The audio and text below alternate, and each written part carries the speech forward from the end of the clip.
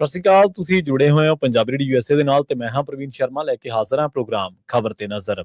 ਖਬਰ ਤੇ ਨਜ਼ਰ ਪ੍ਰੋਗਰਾਮ ਦੇ ਵਿੱਚ ਕੀ ਅਹਿਮ ਤੇ ਕਈ ਖਾਸ ਖਬਰਾਂ ਨੂੰ ਲੈ ਕੇ ਚਰਚਾ ਕਰਨ ਦੇ ਲਈ ਜੁੜ ਚੁੱਕੇ ਨੇ ਪੰਜਾਬ ਤੋਂ ਸੀਨੀਅਰ ਪੱਤਰਕਾਰ, ਉੱਘੇ ਲੇਖਕ ਅਤੇ ਸਰਗਰਮ ਸਮਾਜਿਕ ਕਾਰਕੁਨ ਦੀਪਕ ਸ਼ਰਮਾ ਚਨਾਰਥਲ ਜੀ। ਸ਼ਰਮਾ ਸਤਿ ਸ਼੍ਰੀ ਅਕਾਲ, ਸਵਾਗਤ ਹੈ ਜੀ ਪੰਜਾਬੀ ਰੇਡੀਓ ਯੂਐਸਏ ਤੇ। ਸਤਿ ਸ਼੍ਰੀ ਅਕਾਲ ਪ੍ਰਵੀਨ ਜੀ, ਸਾਰੇ ਦਰਸ਼ਕਾਂ ਨੂੰ ਸਰੋਤਿਆਂ ਨੂੰ ਪਿਆਰ ਭਰੀ ਸਤਿ ਸ਼੍ਰੀ ਅਕਾਲ। ਸਤਿ ਸ਼੍ਰੀ ਅਕਾਲ ਜੀ।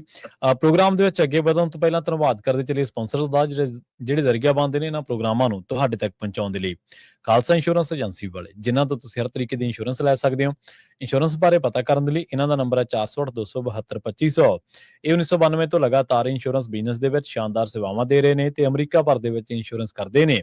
ਓਬਾਮਾ ਕੇਅਰ, ਮੈਡੀਕੇਅਰ ਜਾਂ ਫਿਰ ਕਵਰਡ ਕੈਲੀਫੋਰਨੀਆ ਬਾਬਤ ਪਾਲਿਸੀ ਕਰਵਾਉਣ ਦੇ ਲਈ, ਸਲਾਹ ਲੈਣ ਦੇ ਲਈ ਅੱਜ ਹੀ ਕਾਲ ਕਰੋ 408-272-2500 ਤੇ ਟਰਕੀਆਨਾ ਇਮੀਗ੍ਰੇਸ਼ਨ ਲਾ ਫਰਮ ਵਾਲੇ ਜੇ ਟਰਕੀਆਨਾ ਟੌਨੀ ਟਰਕੀਆਨਾ ਦੇ ਨਾਲ ਤੁਸੀਂ ਯੂਐਸ ਇਮੀਗ੍ਰੇਸ਼ਨ ਬਾਬਤ ਕੋਈ ਵੀ ਸਲਾਹ ਕਰਨੀ ਹੈ, ਕੋਈ ਵੀ ਸਵਾਲ ਪੁੱਛਣਾ ਤੇ ਇਹਨਾਂ ਦਾ ਨੰਬਰ ਹੈ 415-909-0503। ਗੁਰਦੀਪ ਸਿੰਘ ਬਿਰਦੀ ਕਲੋਵਿਸ, ਮਨਦੀਪ ਸਿੰਘ, ਸੰਦੀਪ ਕੌਰ ਸੈਨ ਹੋਜ਼ੇ, Onkar Singh Fresno, Gurnam Singh ਐਂਟੀਲੀਓਪ, Jarnail Singh Seattle, Mandeep Dhillon university ਤੇ ਲਾਲੀ ਸਿੰਘ ਗਰੇਵਾਲ ਫਰੀਮਾਉਂਟ ਤੋਂ। ਇਹਨਾਂ ਸਾਰੇ ਹੀ ਸਪਾਂਸਰਸ ਦਾ ਬਹੁਤ ਬਹੁਤ ਧੰਨਵਾਦ। ਤੇ ਜੇਕਰ ਤੁਸੀਂ ਵੀ ਪੰਜਾਬੀ ਯੂਐਸਏ ਦੇ ਇਹਨਾਂ ਪ੍ਰੋਗਰਾਮਾਂ ਨੂੰ ਸਪਾਂਸਰ ਕਰਨਾ ਚਾਹੁੰਦੇ ਹੋ ਤਾਂ ਸਟੂਡੀਓ ਦਾ ਨੰਬਰ ਹੈ 408-272-5200। ਅੱਜ ਦਾ ਖਬਰ ਤੇ ਨਜ਼ਰ ਪ੍ਰੋਗਰਾਮ ਸਾਲ 2026 ਦੀ 30 ਜਨਵਰੀ ਦਾ ਪ੍ਰੋਗਰਾਮ ਹੈ ਤੇ ਦਿਨ ਅੱਜ ਸ਼ੁੱਕਰਵਾਰ ਹੈ। ਖਬਰਾਂ ਦੀ ਸ਼ੁਰੂਆਤ ਕਰੀਏ ਸਕੂਲਾਂ ਦੇ ਰੰਗ ਤੋਂ। ਖਾਸੀ ਚਰਚਾ ਹੈ, ਕਹਿੰਦੇ ਆਮ ਆਦਮੀ ਪਾਰਟੀ ਦੇ ਝੰਡੇ ਨਾਲ ਦਾ ਰੰਗ ਹੋਣ ਲੱਗਿਆ ਜੀ ਸਕੂਲਾਂ ਤੇ। ਬਿਲਕੁਲ ਜੀ, ਬਦਲਾਅ ਵਾਲੇ ਨਵੇਂ ਬਦਲਾਅ ਲੈ ਕੇ ਸਾਹਮਣੇ ਆ ਰਹੇ ਨੇ, ਜਿਨ੍ਹਾਂ ਚੋਂ ਇੱਕ ਇਹ ਵੀ ਬਦਲਾਅ ਹੈ ਜੀ ਕਿ ਪੰਜਾਬ ਦੇ ਜਿੰਨੇ ਸਰਕਾਰੀ ਸਕੂਲ ਨੇ ਉਹਨਾਂ ਸਕੂਲਾਂ ਨੂੰ ਅਸੀਂ ਪੀਲਾ ਤੇ ਨੀਲਾ ਰੰਗ ਕਰ ਦਈਏ। ਕਹਿੰਦੇ ਜੀ ਹੋਰਨਾਂ ਸੂਬਿਆਂ 'ਚ ਵੀ ਕਈਆਂ 'ਚ ਇੱਕੋ ਸਾਰ ਦੇ ਰੰਗ ਹੁੰਦੇ ਆ ਸਕੂਲਾਂ ਦੇ। ਇੱਕੋ ਸਾਰ ਦੇ ਰੰਗ ਹੁੰਦੇ ਆ ਕਿ ਇੱਕੋ ਪਾਰਟੀ ਦੇ ਰੰਗ ਹੁੰਦੇ ਆ? ਸਹੀ ਗੱਲ, ਬਿਲਕੁਲ ਇਹ ਸਵਾਲ ਹੈ। ਸਰਕਾਰ ਪੰਜਾਬ ਦੀ ਹੈ, ਪਾਰਟੀ ਪੰਜਾਬ ਦੀ ਨਹੀਂ ਹੈ। ਸੋ ਇਸ ਨੁਕਤੇ ਨੂੰ ਸੱਤਾਧਾਰੀ ਧਿਰ ਨੂੰ ਧਿਆਨ 'ਚ ਰੱਖਣਾ ਚਾਹੀਦਾ। ਠੀਕ ਹੈ, ਤੁਸੀਂ ਆਪਣੀਆਂ ਯੋਜਨਾਵਾਂ ਕੰਮਾਂ ਦਾ ਪ੍ਰਚਾਰ ਕਰਨਾ ਹੈ, ਲੋਕਾਂ ਦੇ ਪੈਸੇ ਦੀ ਦੁਰਵਰਤੋਂ ਕਰਨੀ ਹੈ, ਉਹ ਕਰ ਰਹੇ ਹੋ ਜੀ ਜੀ ਸਹੀ। ਪਰ ਇਸ ਹੱਦ ਤੱਕ ਨਹੀਂ ਹੋਣਾ ਚਾਹੀਦਾ ਕਿ ਬਾਅਦ ਚੋਂ ਔਖਾ ਹੋਵੇ ਸਾਰਾ ਕੁਝ, ਕਿਉਂਕਿ ਜਿਹੜੀਆਂ ਪਿਰਤਾਂ ਪਾ ਰਹੇ ਨੇ, ਪਿਰਤਾਂ ਗਾਹਾਂ ਪਾਰਟੀਆਂ ਨੂੰ ਵੀ ਸੁਝਣ ਲੱਗ ਜਾਣੀਆਂ ਨੇ ਕਿ ਅੱਛਾ ਏਦਾਂ ਕਰੋ, ਫਿਰ ਇਹੀ ਵਰਤਾਰਾ ਚੱਲੀ ਜਾਊਗਾ, ਫਿਰ ਪੈਸੇ ਦੀ ਦੁਰਵਰਤੋਂ ਹੋਊਗੀ ਇਹ। ਜੀ ਸਹੀ ਹੈ। ਚਲੋ ਇਸ ਵਾਰ ਨੇ ਇਹ ਜ਼ਰੂਰ ਹੋ ਜਾਊਗਾ ਕਿ ਜਿਹੜੇ ਸਕੂਲਾਂ ਨੂੰ 10-10 ਸਾਲ ਰੰਗ ਨਹੀਂ ਹੁੰਦਾ ਸੀ, ਫਿਰ 5 ਸਾਲ ਬਾਅਦ ਰੰਗ ਹੋਣ ਲੱਗ ਜਾ ਕਰੂਗਾ, ਫਿਰ ਆਪਣੀ ਪਾਰਟੀ ਦਾ ਰੰਗ ਚੜਨ ਲੱਗ ਜਾਊਗਾ। ਯਾਦ ਹੋਣਾ ਸਰੋਤਿਆਂ ਦਰਸ਼ਕਾਂ ਨੂੰ, ਇੱਕ ਵਾਰ ਮਾਇਆਵਤੀ ਦੀ ਸਰਕਾਰ ਬਣੀ ਯੂਪੀ 'ਚ ਜੀ, ਤੇ ਪਾਰਕਾਂ ਦੇ ਵਿੱਚ ਹਾਥੀ ਉਹ ਦਿਖਣ ਲੱਗ ਗਿਆ ਸੀ। ਬਿਲਕੁਲ ਯਾਰ ਸਹੀ ਹੈ। ਉਹਨਾਂ ਨੇ ਬੁੱਤ ਬਣਾਤੇ, ਪਾਰਕ ਬਣਾਤੇ, ਗਲੀਆਂ ਬਣਾਤੀਆਂ, ਗੇਟ ਬਣਾਤੇ, ਹਰ ਥਾਂ ਹਾਥੀ। ਸਹੀ ਹੈ। ਸੋ ਉਹ ਖੂਬ ਚਰਚਾ ਹੋਈ, ਕਈ ਮਾਮਲੇ ਉਹਨਾਂ ਦੇ ਕੋਰਟ ਕਚਹਿਰੀਆਂ ਅਦਾਲਤਾਂ ਤੱਕ ਵੀ ਗਏ ਉਹ ਪ੍ਰੋਜੈਕਟ। ਸੋ ਹੁਣ ਉਸੇ ਰਾਹ ਦੇ ਉੱਤੇ ਮੈਨੂੰ ਲੱਗਦਾ ਆਮ ਆਦਮੀ ਪਾਰਟੀ ਪੈਂਦੀ ਜਾ ਰਹੀ ਹੈ। ਬਸ ਇਹਨਾਂ ਨੂੰ ਇਹੀ ਹੈ ਕਿ ਝਾੜੂ ਬਣਾਉਣਾ ਔਖਾ ਇਹਨਾਂ ਨੂੰ ਉਹਦੇ ਉੱਤੇ, ਨਹੀਂ ਤਾਂ ਗੇਟਾਂ ਦੇ ਵੀ ਝਾੜੂ ਟੰਗ ਦੇਣ। ਸਹੀ ਗੱਲ। ਹੁਣ ਇਹਨਾਂ ਨੇ ਤੈਅ ਕੀਤਾ ਕਿ 19,000 ਦੇ ਕਰੀਬ ਸਕੂਲ ਹੈ ਜੀ ਜੀ, ਤੇ 19,000 ਸਕੂਲਾਂ ਨੂੰ ਚਿੱਠੀ ਕੱਢਤੀ ਆ, ਔਰ ਲਗਭਗ ਸ਼ਾਇਦ ਮਾਡਲ ਦੀ ਕਾਪੀ ਵੀ ਨਾਲ ਭੇਜੀ ਆ, ਜਾਂ ਠੇਕੇਦਾਰ ਆਪਣੇ ਹੀ ਹੋਣੇ। ਉਹ ਠੇਕੇਦਾਰ ਕਿੱਥੋਂ ਆਉਣੇ ਆ ਸਭ ਨੂੰ ਪਤਾ ਹੈ। ਈਵੈਂਟ ਮੈਨੇਜਮੈਂਟ ਕੰਪਨੀ, ਸਹੀ ਹੈ, ਕਿੱਥੇ ਦੀਆਂ ਕੰਪਨੀਆਂ ਲਿਆਉਂਦੀ ਆ, ਰੰਗ ਵੀ ਕਿੱਥੋਂ ਲਿਆਉਣਾ, ਇਹ ਸਾਰਾ ਕੁਝ ਸਭ ਨੂੰ ਪਤਾ, ਸਭ ਪਤਾ ਬਿਲਕੁਲ। ਸੋ ਇਸ ਲਈ ਇਹ ਪੰਜਾਬ ਦੇ ਪੈਸੇ ਦੀ ਦੁਰਵਰਤੋਂ ਆ ਜੀ। ਜੇਕਰ ਇੰਜ ਵੋਟਾਂ ਪੈਂਦੀਆਂ ਫਿਰ ਮਾਇਆਵਤੀ ਹਾਰਦੀ ਨਾ ਉੱਥੇ। ਜੇ ਇੰਜ ਵੋਟਾਂ ਪੈਂਦੀਆਂ ਤਾਂ ਫਿਰ ਮਤਲਬ ਬਾਰ-ਬਾਰ ਉਹਦੀ ਸਰਕਾਰ ਬਣ ਜਾਂਦੀ। ਪਰ ਚੰਗਾ ਹੋਵੇ ਜੇਕਰ ਇਹ ਇਸ ਗੱਲ ਦੇ ਉੱਤੇ ਗੌਰ ਕਰਨ ਕਿ ਸਰਕਾਰੀ ਸਕੂਲਾਂ 'ਚ ਆਰਥਿਕ ਤੌਰ ਤੇ ਕਮਜ਼ੋਰ ਵਰਗ ਦੇ ਜਵਾਕ ਪੜ੍ਹਦੇ ਆ। ਹੁਣ ਪਹਿਲਾਂ ਵਾਲਾ ਦੌਰ ਨਹੀਂ ਕਿ ਪਿੰਡ ਦਾ ਹਰ ਜਵਾਕ ਉਸੇ ਸਕੂਲ 'ਚ ਜਾ ਰਿਹਾ, ਨਹੀਂ ਹੈਗਾ। ਸਹੀ ਹੈ।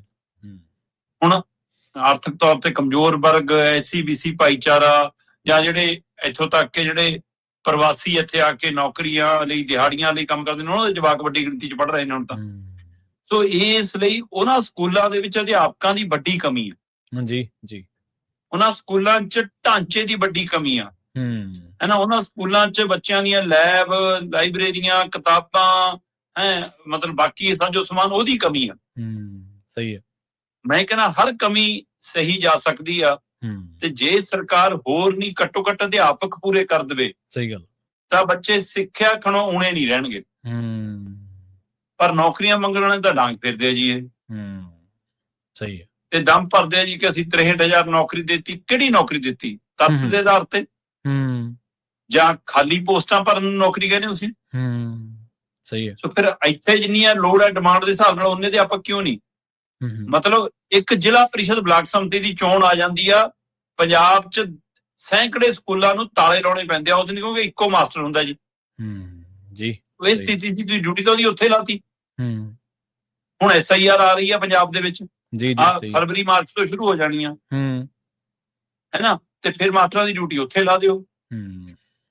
ਫਿਰ ਜਦ ਨੂੰ ਇਹ ਨਿਬੜਨਾ ਕੰਮ, ਜਦ ਨੂੰ ਜਨਗਣਨਾ ਆ ਜਾਣੀ ਆ, ਫਿਰ ਮਾਸਟਰਾਂ ਦੀ ਡਿਊਟੀ ਉੱਥੇ ਲਾ ਦਿਓ ਜੀ। ਸਹੀ ਹੈ। ਵਿਚਾਲੇ ਚੋਣਾਂ ਵੀ ਆਉਣੀਆਂ 2027 ਵਾਲੀਆਂ, ਡਿਊਟੀ ਉੱਥੇ ਵੀ ਲੱਗ ਜਾਣੀਆਂ। ਸਹੀ ਗੱਲ। ਫਿਰ ਮਹਿੰਦਰ ਮਾਸਟਰ ਜੀ ਦੇ ਮੁੰਡੇ ਨੂੰ ਤਾਂ ਸਾਰੀ ਜਾਣਕਾਰੀ ਸੀ ਕਿ ਮਾਸਟਰਾਂ ਤੋਂ ਕਿਹੜੇ ਕੰਮ ਲੈਂਦੇ ਆ, ਉਹ ਨਹੀਂ ਲਵਾਂਗੇ।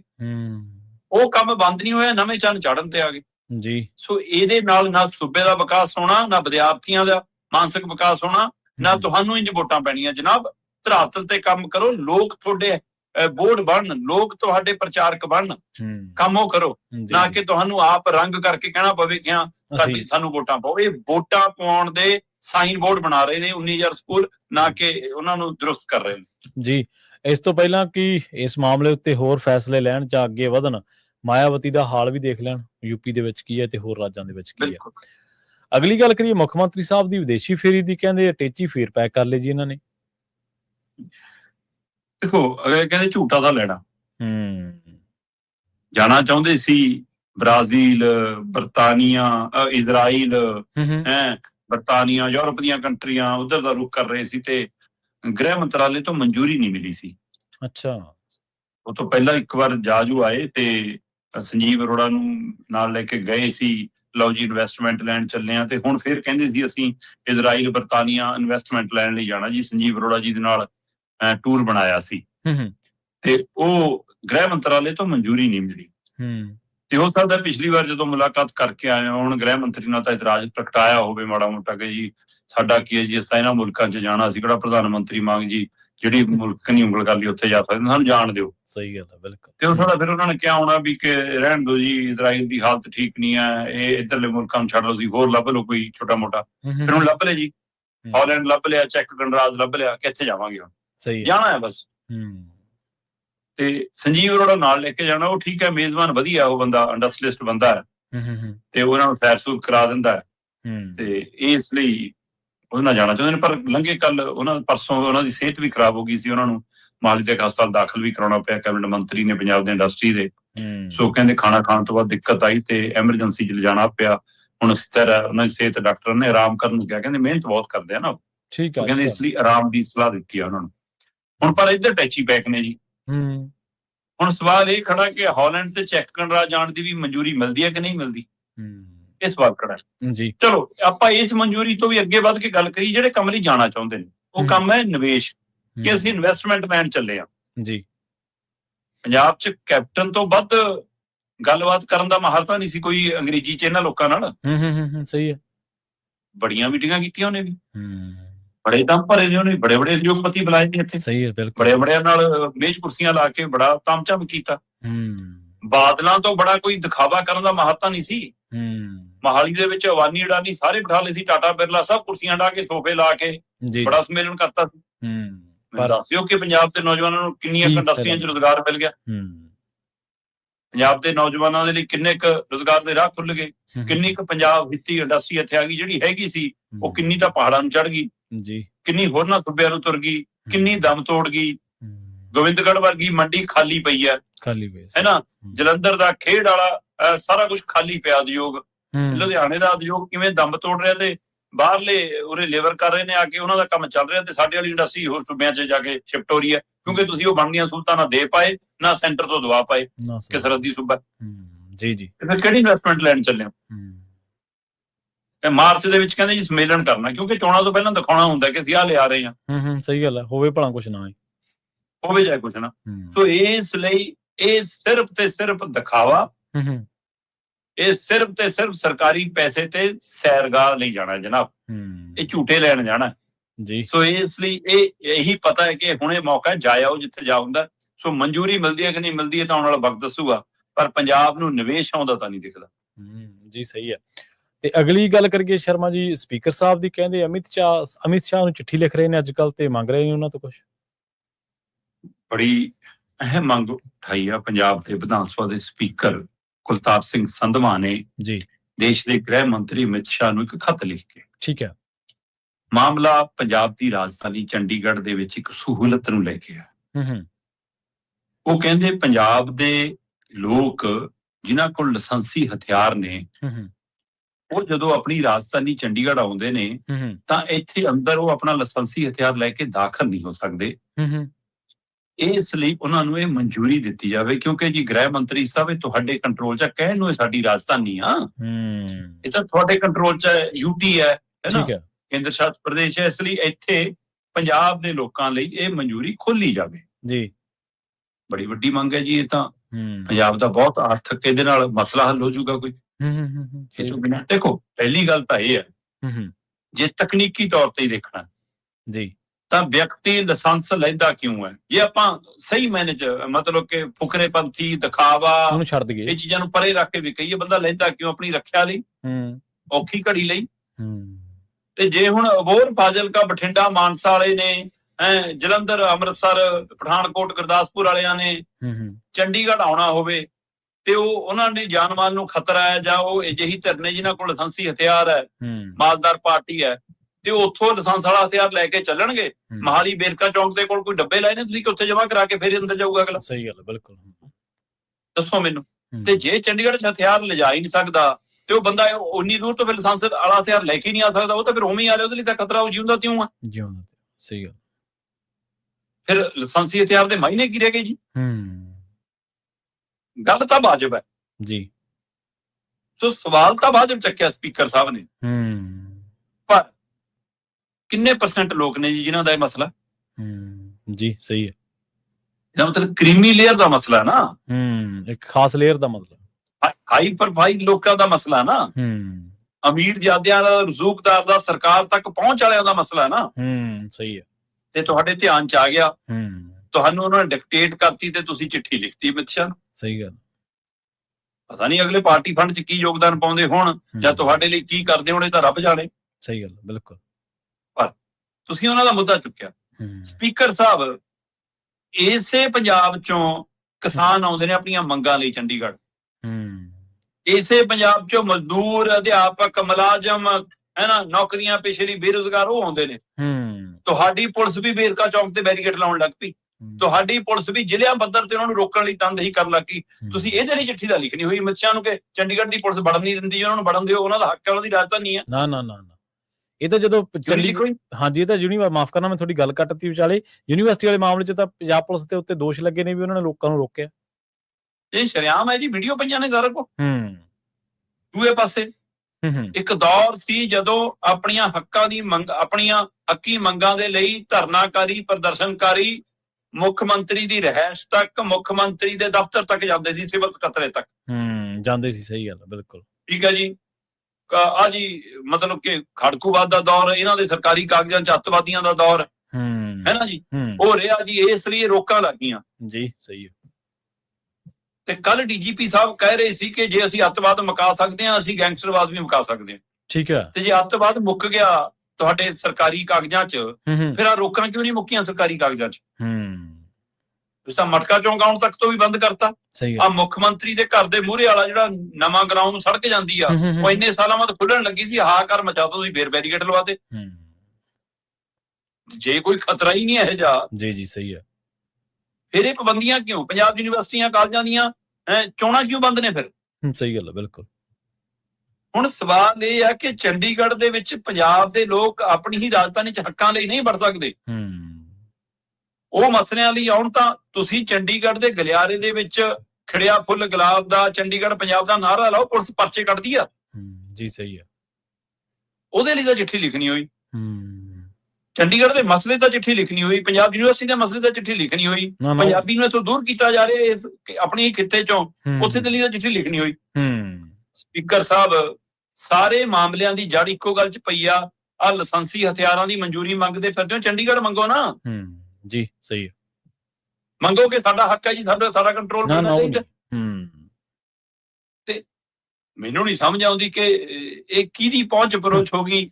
ਲੜੋ, ਰਾਜਨੀਤਿਕ ਲੜਾਈ ਜੇ ਲੜਨੀ ਆ, ਉਸ ਮਸਲੇ ਤੇ ਮੂੰਹ ਨਹੀਂ ਖੁੱਲਦਾ। ਇਹ ਮਿੱਠੀ ਜਿਹੀ ਚਿੱਠੀ ਲਿਖ ਕੇ ਤੁਸੀਂ ਆਪਣੇ ਬੰਦਿਆਂ ਨੂੰ ਵੀ ਖੁਸ਼ ਕਰ ਲਿਆਊਗਾ ਕਿ ਮੈਂ ਤਾਂ ਦੇਖੋ ਜੀ ਤੁਹਾਡੇ ਲਈ ਹਰ ਵਾਰ ਲਿਖਤਾ, ਤੇ ਸਪੀਕਰ ਸਾਹਿਬ ਨੇ ਮਤਲਬ ਜਾਂ ਸਰਕਾਰ ਨੇ ਜਾਂ ਇਹਨਾਂ ਦੇ ਨੁਮਾਇੰਦਿਆਂ ਨੇ ਅਫਸਰਾਂ ਅਧਿਕਾਰੀਆਂ ਨੇ ਗ੍ਰਹਿ ਮੰਤਰਾਲੇ ਨੂੰ ਕਹਿ ਵੀ ਦਿੱਤਾ ਹੋਣਾ ਜੀ ਬਸ ਰਿਕਾਰਡ ਚ ਲਾ ਲਓ ਜੀ ਚਿੱਠੀ, ਬਸ ਮੂੰਹ ਚਾਹੇ ਜਵਾਬ ਵੀ ਨਾ ਦਿਓ। ਹਾਲਤ ਤਾਂ ਇਹ ਤੁਸੀਂ ਕਿਹੜੀ ਚੀਜ਼ ਦੀ ਪੈਰਵੀ ਕਰਦੇ ਹੋ? ਕੇਂਦਰ ਵੱਲੋਂ ਹੋਏ ਵਧੀਕੀਆਂ ਦੇ ਮਾਮਲੇ ਤੇ ਕਿਹੜੇ ਚੀਜ਼ ਤੇ ਖੜੇ ਹੋ? ਸੋ ਇਸ ਲਈ ਵੱਡਾ ਮਾਮਲਾ ਪੰਜਾਬ ਦੀ ਰਾਜਧਾਨੀ ਦਾ, ਕੇਂਦਰੀਕਰਨ ਦਾ, ਸੂਬਿਆਂ ਦੇ ਹੱਕਾਂ ਤੇ ਡਾਕੇ ਦਾ। ਉਸ ਮਸਲੇ ਤੇ ਕਿਸੇ ਨੁਮਾਇੰਦੇ ਦਾ ਮੂੰਹ ਨਹੀਂ ਖੁੱਲਦਾ, ਨਾ ਸੱਤਾਧਾਰੀ ਦਾ, ਨਾ ਵਿਰੋਧੀ ਧਿਰ ਦਾ। ਨਾ ਜਮਾਂ ਹੀ ਬਿਲਕੁਲ ਬੋਚ ਕੇ ਬੋਲਦੇ ਨੇ, ਉਹਨਾਂ ਕੁ ਬੋਲਦੇ ਨੇ ਜਿਹਦੇ ਨਾਲ ਉਹ ਆਕਾ ਨਾਰਾਜ਼ ਨਾ ਹੋ ਜਾਣ। ਜੀ ਸਹੀ ਹੈ। ਸੋ ਇਸ ਤੇ ਨਾਰਾਜ਼ਗੀਆਂ ਤੋਂ ਬਚਦੇ ਫਿਰਦੇ ਨੇ। ਇਹਨਾਂ ਤੋਂ ਉਮੀਦ ਕਰੋਗੇ ਕਿ ਪੰਜਾਬ ਦੇ ਹੱਕਾਂ ਲਈ ਲੜਨਗੇ, ਇਹ ਤਾਂ ਫਿਰ ਇਹੀ ਚਿੱਠੀਆਂ ਲਿਖਣਗੇ ਸਰ। ਜੀ ਚਿੱਠੀ ਲਿਖ ਕੇ ਬਸ ਉਹ ਸੱਚੇ ਜੇ ਹੋ ਜਾਂਦਾ, ਜਿਵੇਂ ਤੁਸੀਂ ਅੱਗੇ ਕਹਿੰਦੇ ਹੁੰਦੇ ਵੀ ਚਿੱਠੀ ਲਿਖ ਕੇ ਇਹ ਕਹਿਣ ਜੋਗੇ ਹੋ ਜਾਂਦਾ ਇਸ ਤਾਂ ਜੀ ਆਪਦਾ ਕੰਮ ਕੀਤਾ। ਜੇ ਤੁਸੀਂ ਕੰਮ ਕਰਦੇ ਹੁੰਦੇ ਤੇ ਆਹ ਹਾਲਾਤ ਥੋੜੋ ਹੁੰਦੇ, ਫਿਰ ਚਿੱਠੀਆਂ ਥੋੜੋ ਲਿਖਣੀਆਂ ਪੈਂਦੀਆਂ, ਫਿਰ ਤਾਂ ਰਾਜਧਾਨੀ ਨੂੰ ਮਿਲ ਜਾਂਦੀ।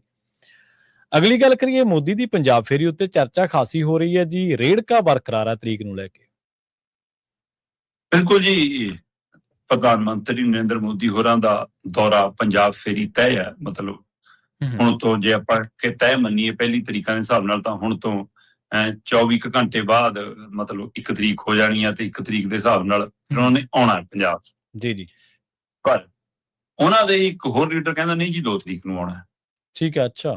ਵੈਸੇ ਉਹਨਾਂ ਦੇ ਸੁਰੱਖਿਆ ਦਸਤੇ, ਜਾਂਚ ਟੀਮਾਂ ਚੰਡੀਗੜ੍ਹ ਪਹੁੰਚ ਗਈਆਂ, ਉੱਥੇ ਜਲੰਧਰ ਖੇਤਰ ਚ ਜਾ ਕੇ ਪੁੱਛਾਣ ਕਰ ਲਈ ਲੱਗੀ, ਪੰਜਾਬ ਦੇ ਡੀਜੀਪੀ ਸਾਹਿਬ ਨਾਲ ਤਾਲਮੇਲ ਕਰ ਲਿਆ, ਸਾਰਾ ਕੁਛ ਹੈ ਨਾ। ਇਹਦੇ ਕੋਈ ਦੋ ਰਾਏ ਨਹੀਂ ਕਿ ਮਤਲਬ ਆਉਣਾ ਤਾਂ ਤੈਅ ਆ। ਔਰ ਆਉਣਾ ਹੈਗਾ ਸੱਚਖੰਡ ਡੇਰਾ ਬੱਲਾ। ਠੀਕ ਹੈ। ਤੇ ਗੁਰੂ ਰਵਿਦਾਸ ਜੀ ਦੇ ਪ੍ਰਕਾਸ਼ ਦਿਹਾੜੇ ਨੂੰ ਸਮਰਪਿਤ ਸਮਾਗਮ ਨੇ, ਉਸ ਦਿਹਾੜੇ ਦੇ ਹਵਾਲੇ ਨਾਲ ਆਉਣਾ ਉਹਨਾਂ ਨੇ। ਉੱਥੇ ਵੱਡੀ ਗਿਣਤੀ ਚ ਸੰਗਤ ਨਤਮਸਤਕ ਹੁੰਦੀ ਆ, ਉਸ ਸਥਾਨ ਤੇ ਜਾਂਦੀ ਆ, ਉਸ ਸਥਾਨ ਨਾਲ ਜੁੜੀ ਆ। ਸੋ ਇਸ ਲਈ ਉਹਨਾਂ ਦੇ ਸੰਤ ਨੇ ਜਿਹੜੇ ਮੁਖੀ, ਉਹਨਾਂ ਨੂੰ ਹਾਲ ਹੀ ਚ ਪਦਮ ਸ਼੍ਰੀ ਵੀ ਦਿੱਤਾ। ਲੋਕ ਤਾਂ ਸੋਸ਼ਲ ਮੀਡੀਆ ਤੇ ਸਵਾਲ ਪਾਈ ਜਾਂਦੇ ਆ ਕਿ ਜੀ ਪਦਮ ਸ਼੍ਰੀ ਦੇ ਕੇ ਹੁਣ ਵੋਟਾਂ ਲੈਣੀਆਂ ਨੇ ਉਹਦੇ ਵੱਟੇ। ਸਹੀ ਹੈ, ਬਿਲਕੁਲ ਹੈ ਨਾ। ਕਹਿ ਰਹੇ ਨੇ ਲੋਕ ਇਸ ਲਈ ਕਹਿੰਦੇ ਕਿ ਉਹ ਤਾਂ ਰਾਜਨੀਤਿਕ ਫੇਰੀ ਹੈ ਜੀ ਉਹਨਾਂ ਦੀ। ਚਲੋ ਆਉਣ ਤੇ ਪਰ ਕੁਝ ਭਲਾ ਤਾਂ ਕਰਕੇ ਜਾਣ ਪੰਜਾਬ ਦਾ, ਉਸ ਭਾਈਚਾਰੇ ਦਾ, ਕਿਸੇ ਦਾ ਕੁਝ ਕਰਨ, ਬਤੌਰ ਪ੍ਰਧਾਨ ਮੰਤਰੀ ਭਲਾ ਤਾਂ ਕਰਨਾ। ਸਹੀ ਹੈ, ਹੈ ਨਾ। ਬਿਲਕੁਲ ਬਿਲਕੁਲ। ਤੇ ਹਲਵਾਰੇ ਵਾਲਾ ਉਦਘਾਟਨ ਕਰਨਗੇ ਜੀ, ਇਹ ਕੁਝ ਹੋਊਗਾ, ਸਾਰਾ ਕੁਝ ਹੋਊਗਾ। ਪਹਿਲੀ ਗੱਲ ਤਾਂ ਰੇੜਕਾ ਇੱਥੋਂ ਪਿਆ ਕਿ ਜੀ ਰਵਨੀਤ ਬਿੱਟੂ ਜਿਹੜੇ ਮਤਲਬ ਕਹਿੰਦੇ ਜੀ ਮੈਂ ਹੀ ਅਸਲੀ ਹਨੂਮਾਨ ਆ ਹੁਣ ਤਾਂ, ਨਰਿੰਦਰ ਮੋਦੀ ਮੇਰੇ ਰਾਮ ਜੀ ਨੇ, ਹੈ ਨਾ। ਸੋ ਇਸ ਲਈ ਉਹ ਕਹਿੰਦੇ ਵੀ ਕਿ 1 ਤਰੀਕ ਨੂੰ ਆ ਰਹੇ ਨੇ। ਠੀਕ ਹੈ ਜੀ। ਉਹਦੀ ਥਾਂ ਲੈਣ ਲਈ ਮਨਜਿੰਦਰ ਸਰਸਾ ਉਹਦੇ ਨਾਲ ਵੀ ਕਾਲਾ, ਬਿੱਟੂ ਤੋਂ ਵੀ। ਉਹ ਕਹਿੰਦਾ ਵੀ ਮੈਂ ਅਸਲੀ ਤਾਂ ਹੁਣ ਪੰਜਾਬ ਦਾ ਪੁੱਤ ਤੇ ਮੋਦੀ ਦਾ ਪੁੱਤ। ਤੋ ਇਸ ਲਈ ਮਨਜਿੰਦਰ ਸਰਸਾ ਜੀ ਕਹਿੰਦੇ ਨਹੀਂ 2 ਤਰੀਕ ਨੂੰ ਆ ਰਹੇ ਨੇ। ਹੁਣ ਇੱਕ ਮੋਦੀ ਦੀ ਕੈਬਨਿਟ ਚ ਮੰਤਰੀ ਹੈ, ਇੱਕ ਰੇਖਾ ਗੁਪਤਾ ਦੀ ਕੈਬਨਿਟ ਚ ਮੰਤਰੀ ਆ, ਘੱਟ ਕੋਈ ਵੀ ਨਹੀਂ, ਤੇ ਦੋਏ RSS ਦਾ ਝੰਡਾ ਚੱਕੀ ਫਿਰਦੇ ਨੇ ਅੱਜ ਕੱਲ।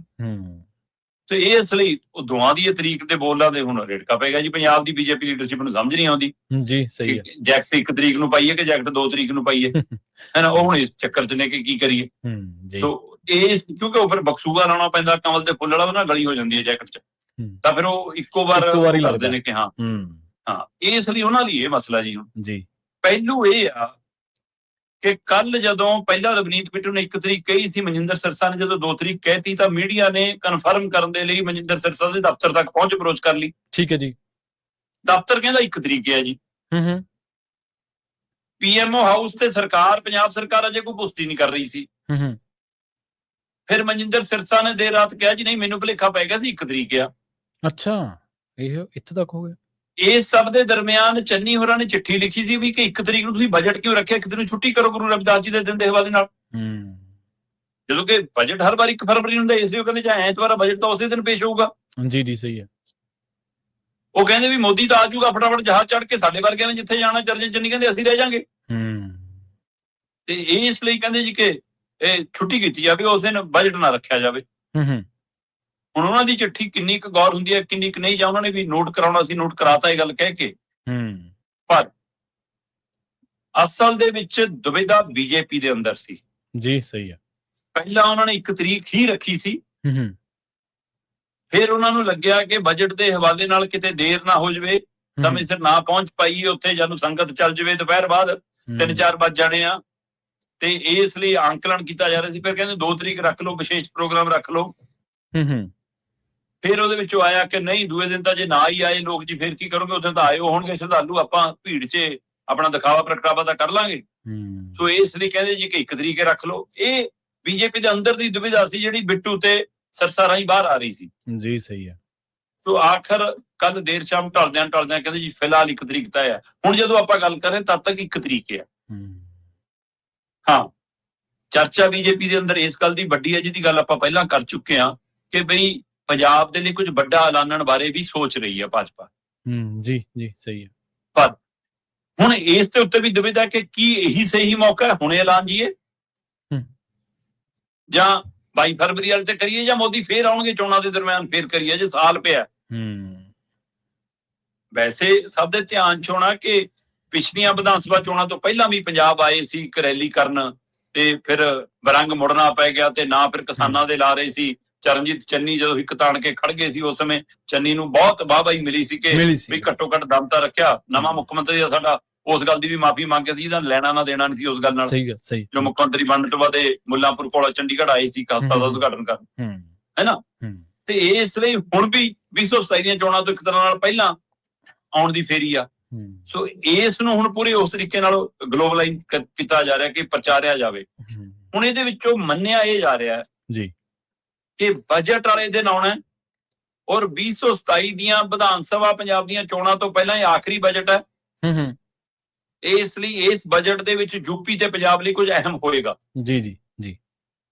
ਸੋ ਇਸ ਲਈ ਨਰਿੰਦਰ ਮੋਦੀ ਕਹਿੰਦੇ ਉੱਥੋਂ ਬਜਟ ਦੇ ਵਿੱਚ ਨਿਰਮਲਾ ਸੀਤਾਰਮਣ ਜਦੋਂ ਕੁਝ ਐਲਾਨ ਦੂਗੀ ਉਸ ਨੂੰ ਫਿਰ ਪੂਰਨ ਰੂਪ ਚ ਉਰੇ ਪ੍ਰਚਾਰਨ ਨੂੰ ਉਰੇ ਹੋਣਗੇ।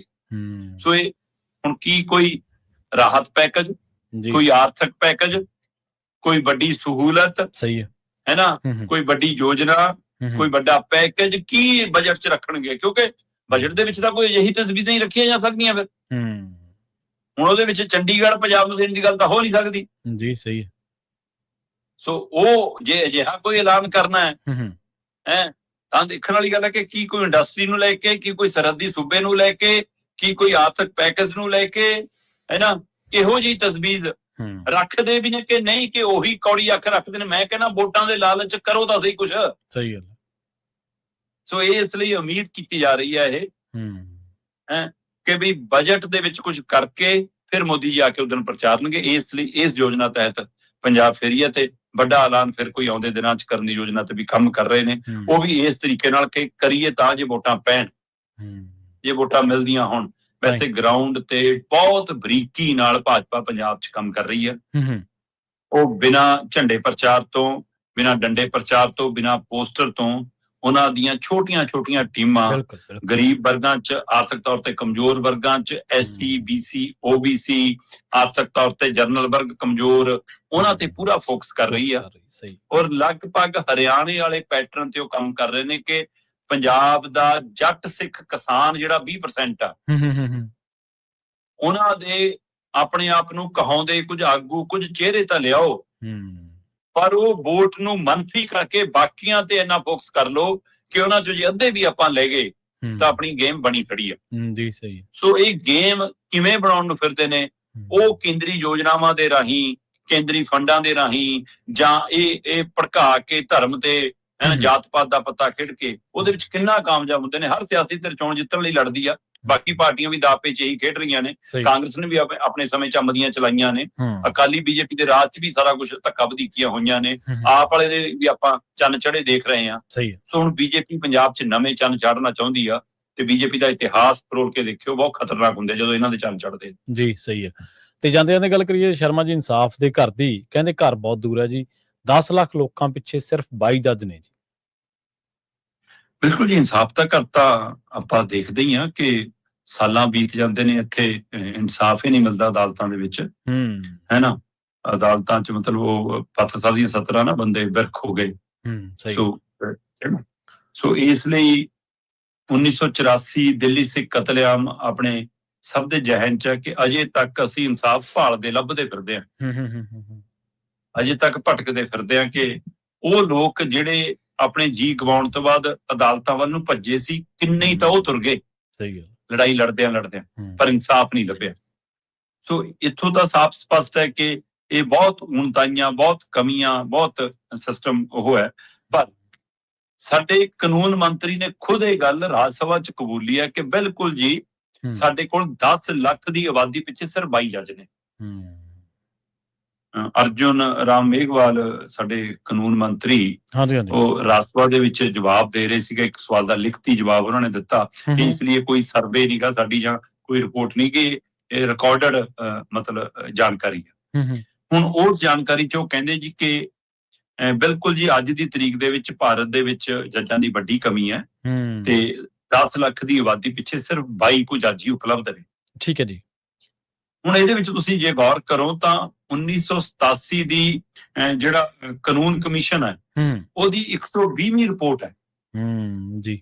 120ਵੀਂ ਰਿਪੋਰਟ ਇਹ ਕਹਿੰਦੀ ਹੈ 1987 ਦੀ ਕਿ ਬਈ 10 ਲੱਖ ਦੀ ਆਬਾਦੀ ਪਿੱਛੇ 50 ਜੱਜ ਹੋਣੇ ਚਾਹੀਦੇ ਆ ਜੀ। ਸਹੀ ਗੱਲ। 1987 ਤੇ ਉਸ ਸਮੇਂ ਦੀ ਆਬਾਦੀ ਜੀ, ਉਸ ਹਿਸਾਬ ਨਾਲ ਜੇ ਆਪਾਂ ਦੇਖੀਏ ਤਾਂ ਉਸ ਸਮੇਂ 10 ਲੱਖ ਦੀ ਆਬਾਦੀ ਪਿੱਛੇ 50 ਜੱਜ ਹੋਣੇ ਚਾਹੀਦੇ ਆ। ਅੱਜ ਜਦੋਂ 2026 ਚ ਆਪਾਂ ਗੱਲ ਕਰ ਰਹੇ ਹਾਂ ਤਾਂ ਆਬਾਦੀ ਸਾਡੇ ਮੁਲਕ ਦੀ ਕਿੱਥੇ ਪਹੁੰਚ ਗਈ, ਕੇਸਾਂ ਦੀ ਗਿਣਤੀ ਉਸ ਸਮੇਂ ਨਾਲੋਂ ਕਿੰਨੇ ਦਰ ਚ ਵੱਧ ਗਈ ਜੀ, ਕਿਉਂਕਿ ਹੁਣ ਸਹਿਣ ਸ਼ਕਤੀ ਵੀ ਖਤਮ ਹੈ। ਹੁਣ ਆਪਸੀ ਪਰਿਵਾਰਕ ਤਣਾਅ ਵੀ ਵੱਧ ਗਿਆ, ਹੁਣ ਆ ਸਾਈਬਰ ਕ੍ਰਾਈਮ ਚੌਖਾ ਵੱਧ ਗਿਆ, ਇਸ ਲਈ ਕੇਸਾਂ ਦੀ ਗਿਣਤੀ ਵੀ ਪਹਿਲਾਂ ਦੇ ਮੁਕਾਬਲੇ ਵੱਧ ਗਈ ਤੇ ਜਨਸੰਖਿਆ ਵਧਣ ਦੀ ਰੇਸ਼ੋ ਦੇ ਨਾਲ ਵੀ ਕੇਸਾਂ ਦੀ ਗਿਣਤੀ ਵੱਧ ਗਈ। ਸਹੀ ਗੱਲ। ਤੇ ਪਰ ਅਸੀਂ ਤਾਂ ਵੀ ਜੇ 1987 ਵਾਲਾ ਵੀ ਦਰ ਲਾ ਕੇ ਚੱਲੀਏ ਤਾਂ ਵੀ 10 ਲੱਖ ਪਿੱਛੇ 50 ਜੱਜ ਚਾਹੀਦੇ ਨੇ ਤੇ ਅਸੀਂ ਅੱਧੇ ਤੇ ਵੀ ਨਹੀਂ ਪਹੁੰਚੇ, ਬਾਈਆਂ ਤੇ ਖੜੇ ਆ, 25 ਤੇ ਵੀ ਨਹੀਂ ਆਏ। ਸਹੀ ਹੈ। ਤੇ ਤੁਸੀਂ ਅੰਦਾਜ਼ਾ ਲਾਓ ਕਿ ਇਨਸਾਫ ਕਿੱਥੋਂ ਮਿਲੂਗਾ। ਬੇਸ਼ੱਕ ਮੰਤਰੀ ਸਾਹਿਬ ਇਹ ਕਹਿ ਰਹੇ ਸੀ ਕਿ ਇਨਸਾਫ ਦੇਰ ਨਾਲ ਹੋਣ ਪਿੱਛੇ ਜਾਂ ਕੇਸ ਦਾ ਫੈਸਲਾ, ਇਨਸਾਫ ਵੀ ਨਹੀਂ ਕਹਿ ਸਕਦੇ, ਕੇਸ ਦਾ ਫੈਸਲਾ ਹੀ ਕਹਿ ਸਕਦੇ ਹੋ ਤੁਸੀਂ, ਕੇਸ ਦਾ ਫੈਸਲਾ ਦੇਰ ਨਾਲ ਹੋਣ ਪਿੱਛੇ ਉਹ ਕਹਿੰਦੇ ਇਕੱਲੇ ਜੱਜਾਂ ਦੀ ਕਮੀ ਦਾ ਕਾਰਨ ਨਹੀਂਗਾ। ਕਈ ਵਾਰ ਵਕੀਲ ਦਾ ਹਾਜ਼ਰ ਨਾ ਹੋਣਾ, ਵਕੀਲਾਂ ਦਾ ਹੋਰ ਕੇਸਾਂ 'ਚ ਉਲਝਿਆ ਹੋਣਾ, ਸਬੂਤਾਂ ਦਾ ਨਾ ਮਿਲਣਾ, ਗਵਾਹਾਂ ਦਾ ਹਾਜ਼ਰ ਨਾ ਹੋਣਾ, ਗਵਾਹ ਨਾ ਭੁਗਤਣਾ, ਕਈ ਹੋਰ ਕਾਰਨ ਵੀ ਕਈ ਵਾਰ ਹੁੰਦੇ ਨੇ ਜੀ। ਸੋ ਉਹਨਾਂ ਕਾਰਨਾਂ 'ਚ ਇੱਕ ਕਾਰਨ ਤਾਂ ਹੈਗਾ। ਠੀਕ ਹੈ, ਕਾਨੂੰਨ ਮੰਤਰੀ ਸਾਹਿਬ ਤੁਹਾਨੂੰ ਸਵਾਲ ਆਇਆ, ਤੁਸੀਂ ਉਹਦਾ ਬੜਾ ਵਾਜਬ ਜਵਾਬ ਦਿੱਤਾ, ਗਿਣਤੀ ਵੀ ਦੱਸੀ, ਹਵਾਲਾ ਵੀ ਦਿੱਤਾ, ਸਥਿਤੀ ਵੀ ਦੱਸੀ, ਧੰਨਵਾਦ। ਪਰ ਕੀ ਮੰਤਰੀਆਂ ਦਾ ਕੰਮ ਜਵਾਬ ਦੇਣਾ ਹੀ ਹੁੰਦਾ ਕਿ ਮੰਤਰੀਆਂ ਦਾ ਕੰਮ ਕਰਨਾ ਵੀ ਹੁੰਦਾ? ਸਹੀ ਗੱਲ। ਚੰਗਾ ਹੁੰਦਾ ਇਸ ਸਵਾਲ ਦਾ ਜਵਾਬ ਦਿੰਦਾ ਤੁਸੀਂ ਨਾਲ ਇਹ ਵੀ ਦੱਸਦੇ ਕਿ ਅਸੀਂ ਗਿਣਤੀ ਵਧਾਉਣ ਲਈ ਕਰ ਕੀ ਰਹੇ ਹਾਂ। ਸਹੀ ਜੀ। ਜਿਹੜੀਆਂ ਹੋਰ ਖਾਮੀਆਂ ਹੈਗੀਆਂ ਉਹਨਾਂ ਨੂੰ ਦੂਰ ਕਰਨ ਲਈ ਕੀ ਕਰ ਰਹੇ ਹਾਂ। ਇਨਸਾਫ ਸਮੇਂ ਸਿਰ ਮਿਲੇ, ਇਹਦੇ ਲਈ ਕਾਨੂੰਨ ਮੰਤਰੀ ਜੀ ਤੁਹਾਡੀ ਚਾਰਜ ਹੋਈ ਕੀ ਹੈ? ਲਗਾਤਾਰ ਮੋਦੀ ਸਰਕਾਰ ਤੁਰੀ ਆਉਂਦੀ ਹੈ, ਪਿਛਲੇ ਤੋਂ ਪਹਿਲੇ ਮੰਤਰੀਆਂ ਨੇ ਕੀ ਕੀਤਾ, ਤੁਸੀਂ ਕੀ ਪੂਣੀ ਕੀਤੀ? ਇਹ ਕੋਈ ਨਹੀਂ ਦੱਸਿਆ। ਇਹ ਕੋਈ ਸਹੀ ਅਸਲ 'ਚ ਜਵਾਬ ਹੈ ਹੀ ਨਹੀਂ ਕੋਈ ਨਾ, ਕਿਉਂਕਿ ਖੁਦ ਮੁਖਤਿਆਰੀ ਕਿਤੇ ਨਹੀਂ। ਜੇ ਪੰਜਾਬ ਸਰਕਾਰ ਕੇਜਰੀਵਾਲ ਚਲਾ ਰਿਹਾ ਤਾਂ ਉੱਥੇ ਵੀ ਸਰਕਾਰ ਕੱਲਾ ਮੋਦੀ ਅਮਿਤ ਸ਼ਾਹ ਹੀ ਚਲਾਉਂਦਾ ਤੇ ਉਹਨਾਂ ਦੇ ਵੀ ਉੱਪਰ ਅਬਾਨੀ ਅਡਾਨੀ ਚਲਾਉਂਦੇ ਨੇ। ਇਹ ਆਪ ਫੈਸਲੇ ਲੈ ਸਕਦੇ। ਮਤਲਬ ਇੱਕ ਸਮਾਂ ਤਾਂ ਇਹ ਵੀ ਸੀਗਾ ਕਿ ਕੁੜਤੇ ਪਜਾਮੇ, ਜੈਕਟਾਂ, ਸਾੜੀਆਂ ਕਿਹੜੇ ਰੰਗ ਦੀਆਂ ਪਾਉਣੀਆਂ ਉਹ ਵੀ ਪੀਐਮਓ ਹਾਊਸ ਤੋਂ ਪੁੱਛ ਕੇ ਪਾਉਣੀਆਂ ਪੈਂਦੀਆਂ ਸੀ। ਹਾਂਜੀ ਬਿਲਕੁਲ। ਤੇ ਲੋਕਾਂ ਦੇ ਵੀ ਮੁੱਦਿਆਂ ਦੇ ਵਿੱਚ ਇਹ ਮੁੱਦਾ ਹੈ ਨਹੀਂ ਨਾ ਜੀ। ਲੋਕ ਤਾਂ ਭੁੱਲ ਜਾਂਦੇ ਨੇ, ਪੁਲ ਟੁੱਟਿਆਂ ਨੂੰ ਵੀ ਲੋਕ ਤਾਂ ਭੁੱਲ ਜਾਂਦੇ ਨੇ, ਹੋਰ ਚੀਜ਼ਾਂ ਨੂੰ ਵੀ, ਫਰਸ਼ਾਂ ਤੇ ਜਿਹੜੇ ਹਸਪਤਾਲਾਂ 'ਚ ਇਲਾਜ ਕੀਤਾ ਉਹ ਵੀ ਭੁੱਲ ਜਾਂਦੇ ਨੇ। ਲੋਕਾਂ ਨੂੰ ਵੀ ਇਸ ਪਾਸੇ ਆਉਣਾ ਪਊਗਾ। ਪੋਲੀਟੀਕਲ ਰਿਫਾਰਮ ਇਕੱਲਾ ਇਹ ਨਹੀਂਗਾ ਕਿ ਦੇਸ਼ ਦੇ ਵਿੱਚ ਕੋਈ 150-200 ਬੰਦਾ ਜਾਂ 500 ਬੰਦਾ ਇਹ ਤੇ ਗੱਲ ਕਰੇ, ਬਾਕੀ ਜਿਹੜੀ ਕਰੋੜਾਂ ਆਬਾਦੀ ਹੈ ਉਹ ਬਸ ਲੰਮੀਆਂ ਤਾਣ ਕੇ ਸੁੱਤੀ ਰਵੇ। ਇਹਦੇ ਨਾਲ ਨਹੀਂ ਰਿਫਾਰਮਸ ਹੁੰਦੇ। ਰਿਫਾਰਮਸ ਹਮੇਸ਼ਾ ਜਨ ਤੋਂ ਸ਼ੁਰੂਆਤ ਹੁੰਦੀ ਹੈ। ਜਨ ਮੰਗ ਕਰਦਾ ਹੈ, ਫਿਰ ਰਿਫਾਰਮਸ ਦੀ ਸ਼ੁਰੂਆਤ ਹੁੰਦੀ ਹੈ। ਤੇ ਸ਼ਰਮਾ ਜੀ, ਇਹਨਾਂ ਖਾਸ ਖਬਰਾਂ ਤੇ ਖਾਸ ਜਾਣਕਾਰੀਆਂ ਦੇ ਲਈ ਤੁਹਾਡਾ ਬਹੁਤ-ਬਹੁਤ ਧੰਨਵਾਦ ਜੀ। ਸਤਿ ਸ਼੍ਰੀ ਅਕਾਲ ਜੀ। ਪ੍ਰੋਗਰਾਮ ਖਬਰ ਤੇ ਨਜ਼ਰ ਨੂੰ ਆਪਾਂ ਇੱਥੇ ਸਮਾਪਤ ਕਰਾਂਗੇ। ਤੁਹਾਡਾ ਸਾਰਿਆਂ ਦਾ ਵੀ ਬਹੁਤ ਧੰਨਵਾਦ। ਸਤਿ ਸ਼੍ਰੀ ਅਕਾਲ। ਇਸੇ ਤਰ੍ਹਾਂ ਜੁੜੇ ਰਹੋ ਪੰਜਾਬੀ ਰੇਡੀਓ US